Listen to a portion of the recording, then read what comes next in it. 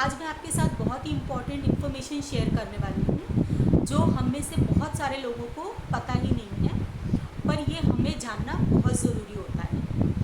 Actually कभी कभी क्या होता है, हमारी दवाइयाँ चालू होती हैं, मेडिसिन खा रहे होते हैं। तो जब हम दवाइयाँ खा रहे होते हैं, मेडिसिन खा रहे होते हैं, तो दवा खाने के बाद कभी भी ग्रेप्स नहीं खाना चाहिए।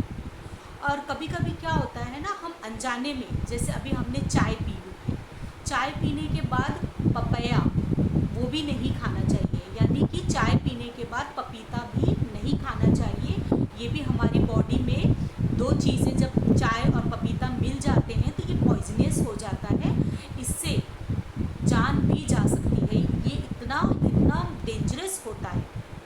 तो कभी भी हमें कुछ चीज़ों का ज्ञान होना बहुत ज़रूरी है कि दवाई के बाद ग्रेप्स और चाय के बाद पपीता नहीं खाना चाहिए।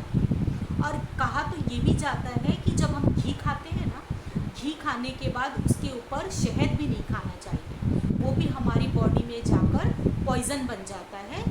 ये इतना घातक होता है, इतना डेंजरस होता है कि ये किसी की जान भी ले सकता है।